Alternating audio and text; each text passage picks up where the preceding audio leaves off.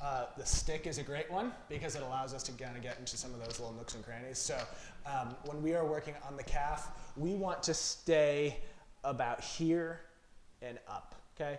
Getting any lower, we're getting into the Achilles tendon, and it is just real no use in work trying to punish yourself in the Achilles tendon. Again, stay away from the back of the knee. There's a lot of nerves and blood vessels and little tendons back there that we don't want to be messing with. So stay in this meaty portion of the calf right here, okay? So we can take the stick and work. I like to work on the what's called the medial head of the gastroc, so that inner portion right there. Often people are really, really tender at the top there. So just kind of working back and forth.